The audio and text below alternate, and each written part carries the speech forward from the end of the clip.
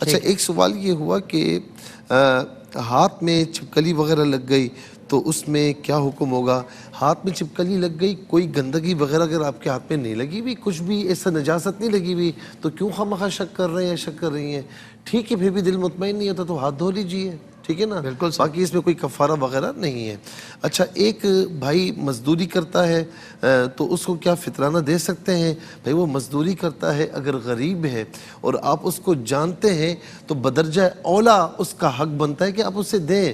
میں نے پہلے بھی ایک مرتبہ عرض کیا، علماء کے سیگمنٹ میں ہی ہم نے بیان کیا کہ زکوٰۃ ہو یا کوئی بھی ہو تو پہلے عزیز و اقارب کو دیکھیں، اپنی فیملی میں دیکھیں، بھائی اگر ہے تو سب سے پہلے اس کی مدد کریں، کوئی قریبی رشتہ تو اس کی مدد کریں۔ اگر زکوٰۃ بھی اسے دیں گے تو اللہ رب العالمین زکوٰۃ ادا کرنے کا ثواب بھی عطا فرمائے گا اور صلہ رحمی کرنے کا ثواب بھی عطا فرمائے گا۔ اسی طریقے سے جب آپ کی فیملی میں کوئی نہ ہو، جی فیملی میں کوئی نہ ہو تو ذرا سا پھر سراؤنڈنگ میں دیکھ لیں، وہاں بھی کوئی نہ ہو تو آس پڑوس میں دیکھ لیں، وہاں کوئی نہ ہو تو علاقے میں دیکھ لیں، یعنی درجہ بدرجہ دور جائیں، پہلے قریب والوں کو دیکھیں کہ ان کا زیادہ حق ہے اور زیادہ ثواب ہے تو بالکل دے سکتے ہیں۔ جو خودکشی کرے تو اس کے لیے ایصال ثواب، خودکشی یوں سمجھ لیں کہ اپنے آپ کو مارنا یہ ایک انتہائی کبیرہ گناہ ہے، گناہ کبیرہ ہے، اور اس کا عذاب بھی یہاں تک ہے کہ رسول اللہ صلی اللہ علیہ وسلم نے فرمایا کہ جو جس طریقے سے اپنے آپ کو مارتے ہوئے مرے گا تو وہ اسی طریقے سے اسی طرح وہ عذاب میں گرفتار ہوگا۔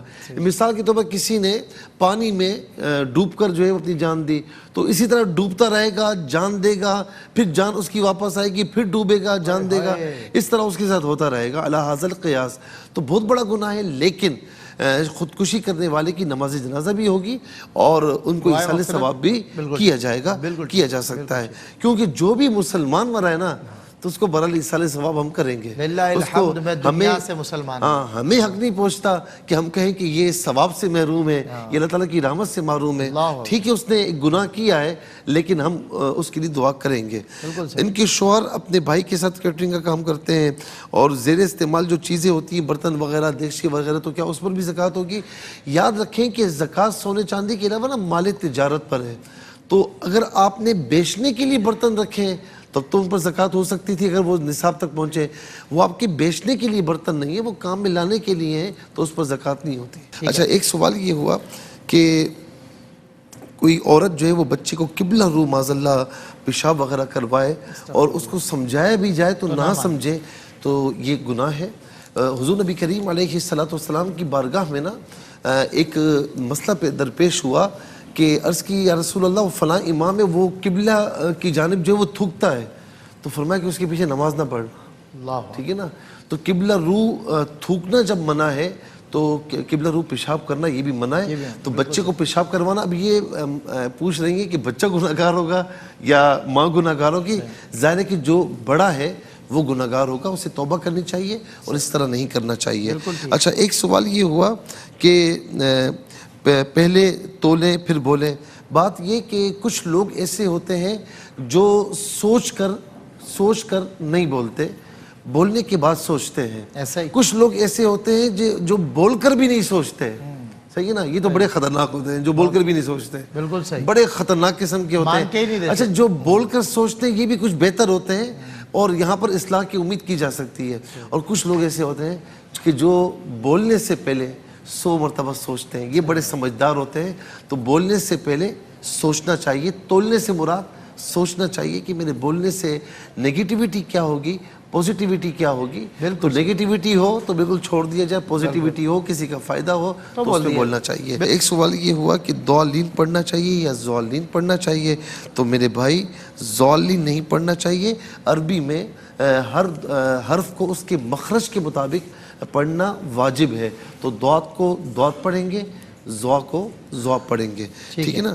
اچھا اس کے بعد ایک بہن نے کہا کہ والدہ کے لیے کہ ان کو قرآن پڑھنا نہیں آتا، وہ ہجے کر کے پڑھ سکتی ہیں، اب تو ان کی جو ہے وہ عمر بھی اتنی ہو گئی ہے کہ وہ سیکھ بھی نہیں سکتی، ہمارے پاس بھی آتی ہیں تو ہم ان کو جو ہے وہ کوشش کرتی ان کو سکھائیں، ہجے کر کے پڑھوائیں. تو کیا ہے جب سیکھ نہیں سکتی، سکھا سکتے ہیں تو سیکھیں، نہیں سیکھ سکتی تو جس طرح وہ پڑھ سکتی ان کو چھیڑے نہیں، جس طرح وہ پڑھ سکتی پڑھنے دیں. اللہ تبارک و تعالیٰ ان کو ثواب عطا فرمائے گا کیونکہ اس سے انشاءاللہ. بحث ہی ہوگی. اب بحث کریں گی یا ان کو سکھانے جائیں گی تو جو سیکھی ہوئی وہی بھول جائیں گے، وہ بھی بھول جائیں. عمر کا بحث یاد حصہ ہے رہے نا، گی پھر بحث یاد رہے گی. ہو سکتا ہے آپ کے خلاف ہو جائیں کہ تو مجھے کہہ دی قرآن پڑھنا نہیں آتا، مجھے میں نے زندگی گزار دی ہے. تو لہٰذا اب جس طرح وہ پڑھ رہی ہیں ہجے کر کے پڑھنے دیں ان کو. اچھا ایک یہ ہوا کہ طبیعت ٹھیک نہیں ہے، چکر آتے ہیں تو روزہ توڑ دیا. میری بہن آپ خود سمجھ سکتی ہیں کہ آپ کی طبیعت کیسی تھی، چکر آ رہے تھے، برداشت نہیں ہو رہا تھا، روزہ توڑ دیا آپ نے. ظاہر ہے کہ بیمار تھی تو اس پر کفارہ نہیں ہے، لیکن بعد میں قضا کرنی ہوگی آپ کو. اس کے بعد ایک سوال یہ ہوا کہ 4 رکعت والی یعنی فرض نماز ہے تو کس میں سورت پڑھنی چاہیے، کس میں نہیں پڑھنی چاہیے. 4 رکعت اگر فرائض آپ پڑھ رہے ہیں تو پہلی رکعت میں ثنا، ثنا، پھر تعوذ تسمیہ، پھر سورہ فاتحہ، پھر سورت ملا کر پڑھنی ہے. دوسری رکعت میں تعوذ تسمیہ، پھر سورہ فاتحہ اور پھر اس کے بعد سورت ملا کر پڑھنی ہے. تیسری چوتھی رکعت میں صرف سورہ فاتحہ پڑھنی ہے، کوئی سورت نہیں ملانی. اور اگر سورہ فاتحہ بھی نہ پڑھیں 3 مرتبہ سبحان اللہ سبحان اللہ سبحان اللہ پڑھ لیں تو یہ بھی کافی ہو جائے گا. یہ فرض نمازوں کی بات ہو رہی جو آپ نے پوچھی. اچھا ایک سوال یہ ہوا کہ بھائی کے رشتے کے لیے وظیفہ یا لطیف یا اللہ ہر نماز کے بعد 11 مرتبہ پڑھ لیں، اول آخر 3 بار درود شریف کے ساتھ، اور استغفر اللہ ربی من کل ذنب و اتوب الیہ یہ بھی پڑھتے رہیں. ایڈوپ بچے کو آپ صدقہ وغیرہ فطرہ زکوٰۃ دے سکتے ہیں. کوئی اور رشتہ نہیں ہے، صرف بچہ ایڈوپ کیا ہے آپ نے تو اس کے ساتھ آپ کا کوئی رشتہ نہیں بنتا تو آپ اس کو صدقہ وغیرہ زکوٰۃ وغیرہ دے سکتے ہیں، کوئی حرج نہیں ہے. عورت کھلے آسمان کے نیچے نماز پڑھ سکتی ہے یا نہیں؟ کوئی اور غیر محرم نہ ہو تو کھلے آسمان کے پیچھے پڑھ سکتی ہے، غیر محرم ہو تو پھر نہیں پڑھ سکتی. اسی لیے فرمایا کہ حضور نبی کریم علیہ السلام کی جو حدیث پاک ہے نا کہ عورتوں کو چاہیے کہ وہ نماز میری مسجد کو چھوڑ کر اپنے گھر میں پڑھیں. گھر میں بھی فرمایا کہ سین سے بہتر دالان سے بہتر کمرہ ہے، جتنا چھپا کر. کھلے آسمان سے نیچے یہ کہ باہر کہیں پر خواہ پڑھ رہی ہیں تو یہ تو نہیں اس طرح نہیں ہوگا. ہاں ٹائم نکل رہا ہے، مجبوری ہے، پھر پڑھ سکتی ہیں. کہیں غیر محرم نہیں ہے، خواتین جمع ہے، وہاں پڑھ سکتی ہیں. لیکن کوشش یہ کرنی چاہیے کہ عورت کی جماعت جتنا روم میں ہو اتنا اچھا ہے. اذان کے بعد نماز کب پڑھے؟ خواتین کے لیے ہے تو وہ اذان کے بعد نماز پڑھ سکتی ہیں. صرف جمعے کے لیے ہے کہ جب تک محلے میں مسجد میں جمعہ نہ ہو جائے تب تک ظہر نہ پڑھے، لیکن پڑھ لی تو ہو جائے گی. تو اذان کے بعد وہ نماز پڑھ سکتی ہیں. 1 سال کا بچہ ہے، صدقہ فطر دینا ہوگا آپ کو بالکل. اور طلاق کے لیے جو ہے وہ انہوں نے غصے میں یا کسی کے پریشر میں آ کر طلاق دی ہو جائے گی اس سے، الا یہ کہ کسی نے پسٹل یہاں پر رکھی ہے اور کہا طلاق دے اپنی بیوی کو اور اس نے زبان سے نہیں دی، لکھ کر دی ہے تو تب تو اس میں دیکھا جائے گا. لیکن خواہ تھوڑا سا پریشر ہے یا غصے تو طلاق ہوتی ہے غصے میں، اس کے علاوہ کیا تو ہو جائے گی، طلاق واقع ہو جائے گی. اچھا اس کے علاوہ تیسری رکعت میں یاد آئے کہ قاعدہ اولیٰ بھول گئے ہیں تو وہ جو ہے وہ سجدہ سہو کر لیں گے تو نماز ہو جائے گی ان کی. بالکل ٹھیک ہے. اچھا اس کے بعد استخارے کی دعا جو ہے یہ عام طور پر سونے سے پہلے کی ہوتی ہے. تو سونے سے پہلے جب فارغ ہو جائیں بالکل تو آپ پھر یہ دعا پڑھ کے سوئیں تو اللہ رب العالمین کرم فرماتا ہے.